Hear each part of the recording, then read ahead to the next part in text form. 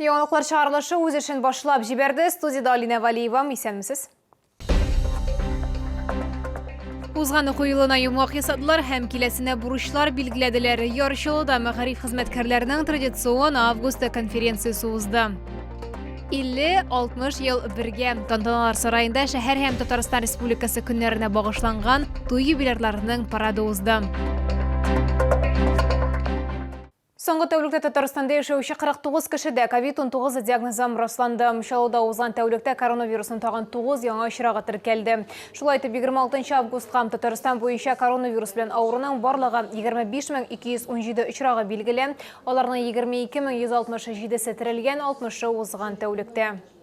Чаллыда мәгариф хезмәткәрләренең август конференциясе узды. Чара энергетик мәдәният йортында үтте. Пленар утырышта Россия Федерациясының Дәүләт Думасы депутаты Альфия Кагогина, Татарстан Республикасының мәгариф һәм фән министры Илсур Хадиуллин, шәһәр мэры Наил Мәхдиев, башкарма комитет җитәкчесе урынбасары Рамил Халимов, мәктәпкәчә һәм урта белем бирү учреждениеләрендә җитәкчеләр, педагогика хезмәт ветераннары катнашты.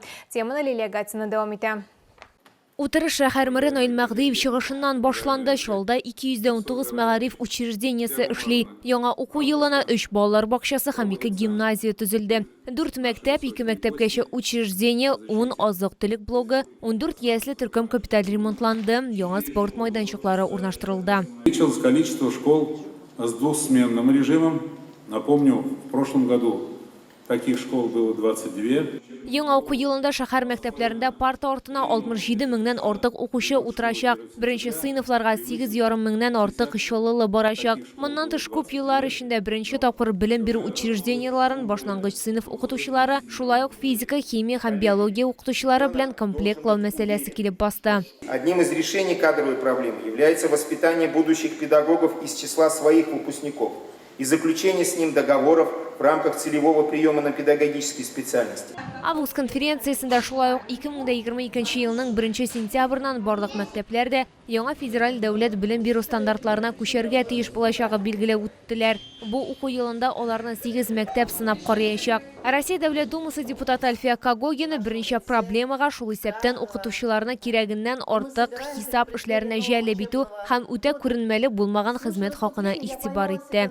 Мы совместно с регионами в Государственной Думе изучили проблему и поставили вопрос перед правительством Российской Федерации, приняв соответствующее специальное постановление, в котором поручили разработать пути снижения административной нагрузки на педагогических работников.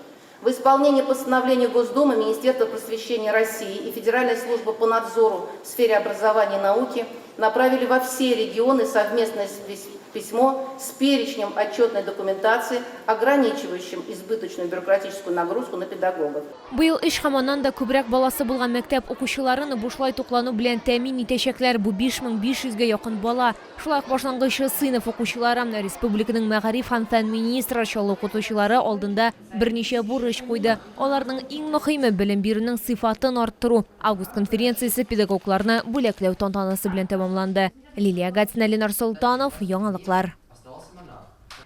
Дәүләт сатып алулары сайтында Чаллының 39 мәктәбендә һәм 2 балалар бакчасында коймаларны ремонтлау буенча эшләр башкаруга гариза барлыкка килде. Бу максатларга уку йортлары 164 миллион сумга якын акча тотачак. Уртак акционны шәһәр башкарма комитеты оештыра.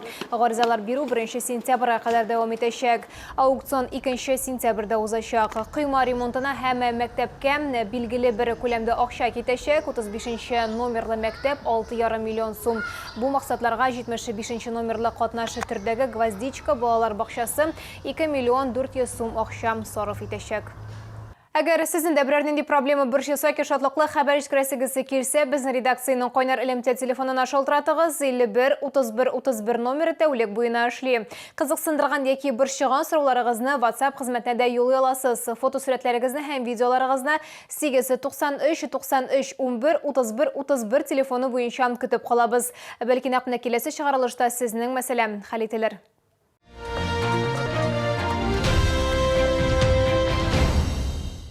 Кулга кул ярты гасырдан артык Чаллыда шәһәр көненә һәм Татарстан Республикасы көненә багышланган туй юбилейларының тантаналы парады узды. Чарада шәһәр мэры Наил Мәхдиев һәм Дәүләт Думасы депутаты Альфия Кагогина катнашты. Теманы коллегам дәвам итә. Бүгін Тантаналар сарайында 4 гаилә килде. Аларның өчесе алтын туйларын һәм бер пар бриллиант туйларын билгеләп үттеләр. Аларның һәр кайсысының үзе бай, кызыклы, тулы мәхәббәт һәм үзара аңлашу тарихы бар. Ул кай вакытта кыза торган ул минем. Мин эндәшмим, магы бер атны эндәшмәскә. Күләнә соңнан үзе килә. Терпение менә шул самый главный. Кычкырмасаң, әкрен генә менә шапыртсаң үзе дә күләнә ул. Соңнан рәтләнә. Юбилярларны шәһәрнең иҗат коллективлары да котлады, концерт программасы тәкъдим ителде. Чорда шәһәр мэры Наил Мәгъдиев һәм Россия Федерациясе Дәүләт Думасы депутаты Әлфия Кагойгина да катнашты. Искренне хочу поздравить вас с этим прекрасным юбилеем, с золотой свадьбой, с бриллиантовой свадьбой. Я восхищаюсь вашим мужеством пронести любовь через года. Я искренне желаю, чтобы в ваших семьях, в семьях ваших детей, внуков, всех, кого вы любите, в каждой чернинской семье царили любовь, мир, счастье. Тантаналар сарайының мактау китабына һәр пар үз имзаларын калдырды. Шулай ук чалларга кыйммәтле бүләкләр тапшырылды. Лилия Газина, Ленар Султанов, яңалыклар.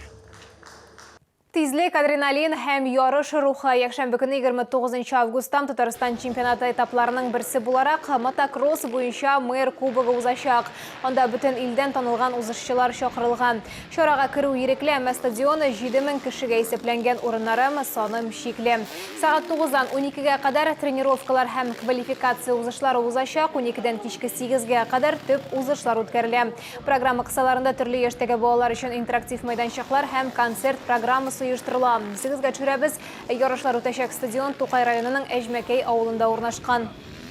В воскресенье у нас 29 августа проходит мотокросс. Это один из этапов чемпионата Республики Татарстан, и он же Кубок мэра Набережной Челны. Гонка инициирована по инициативе администрации. Мы поддержали эту инициативу. Она будет проходить на Найком-арене. Это стадион технических видов спорта Возьмушкина. Без искәртеп узабыз, COVID-19-га каршы вакцинация дәвам итә. Авыруларсыз иммунитет булдырырга телисез икән, коронавирустан прививка ясатыгыз. Бүгенгә шулар, мин Алина Валиева, сезнең белән сау булашам, игътибарыгыз өчен рәхмәт.